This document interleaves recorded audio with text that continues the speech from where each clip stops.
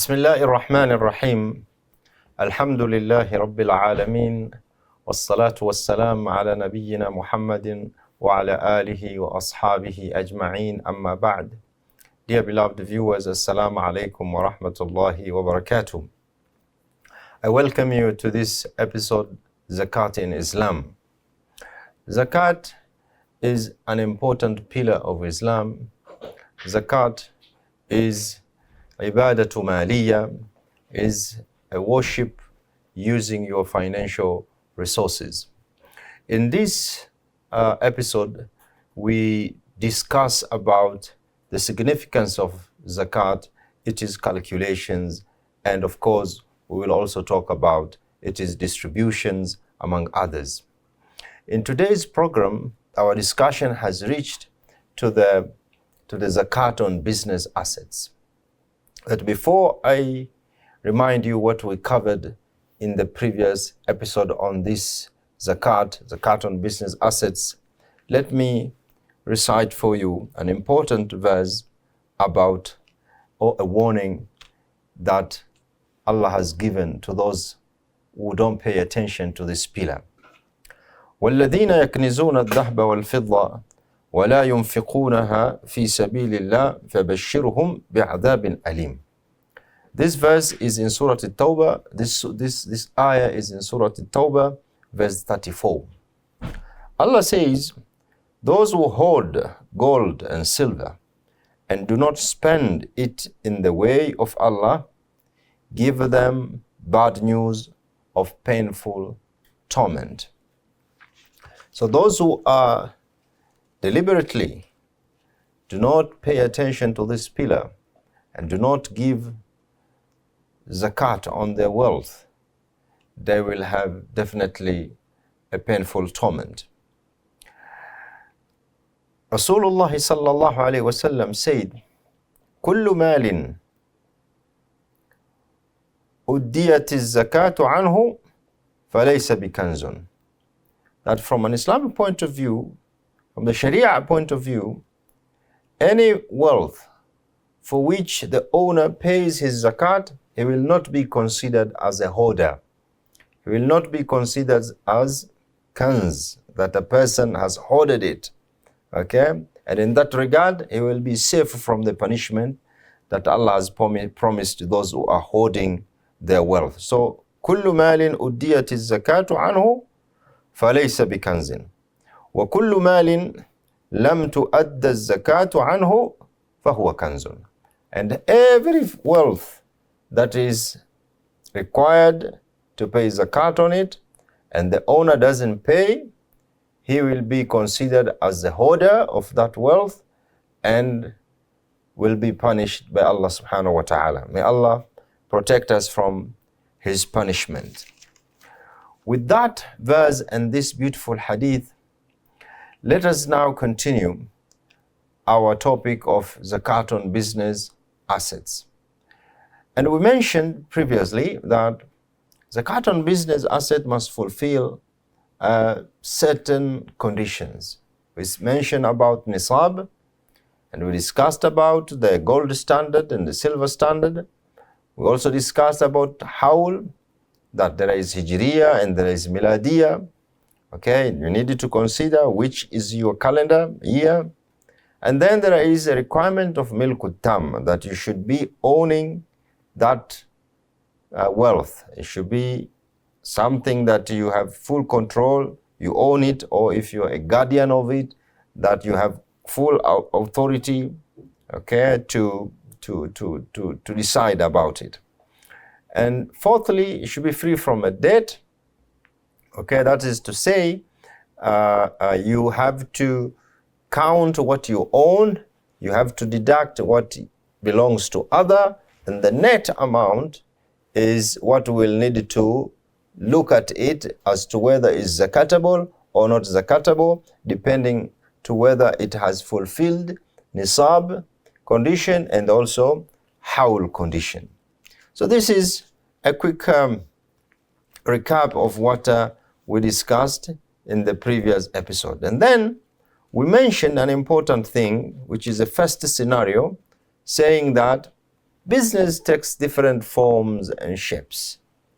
There are those who are engaging in manufacturing. There are those who are engaging in transports. There are those who are engaging in service industry.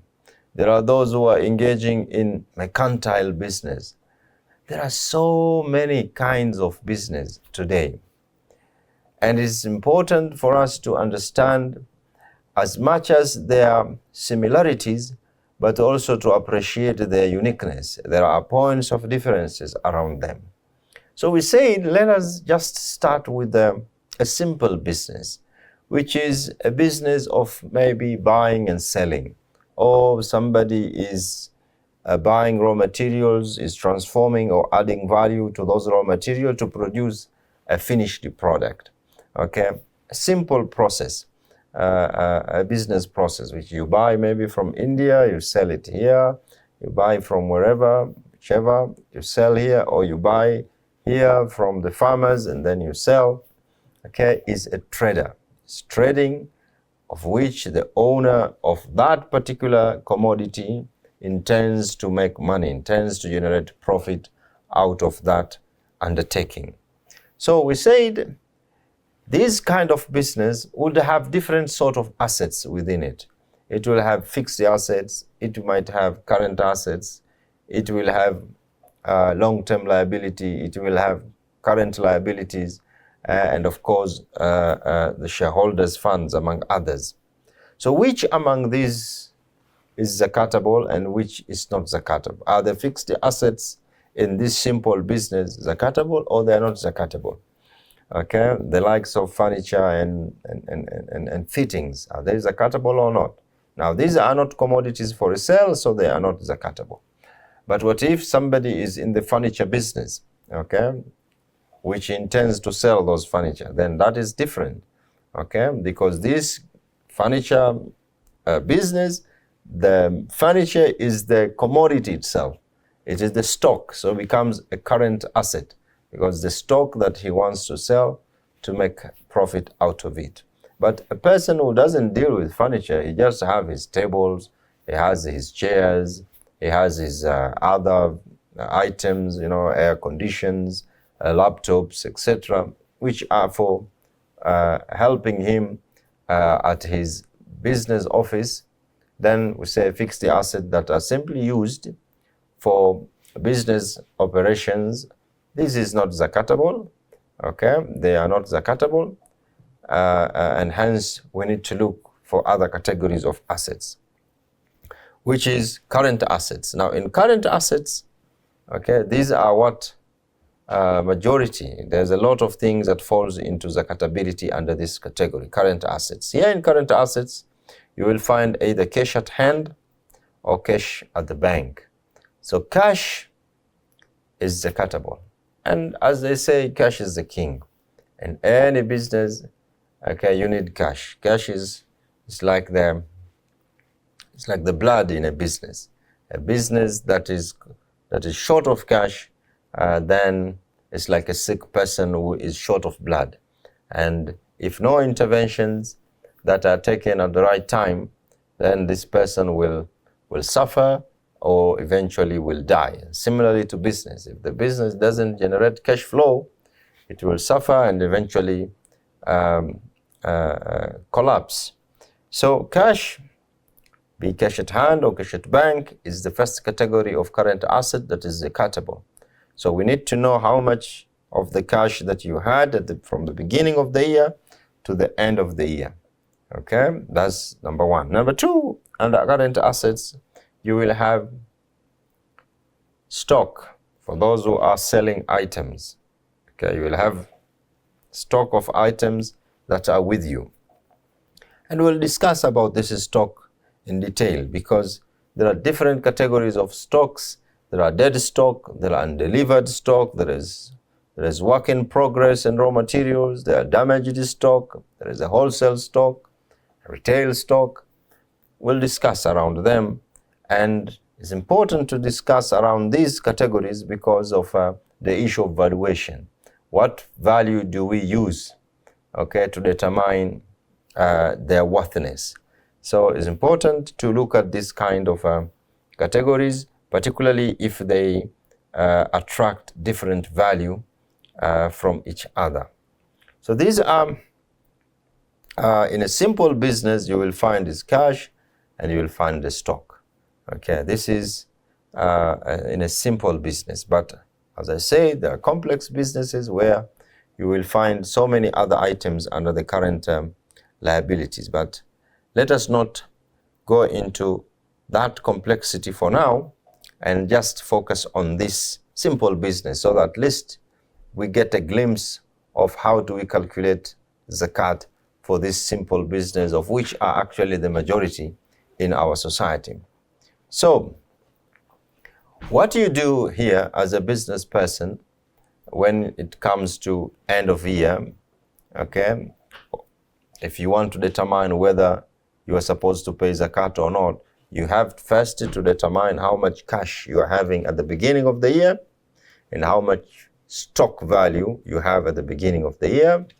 And then you will check again at the end of the year how much cash you have and how much is the value of your stock.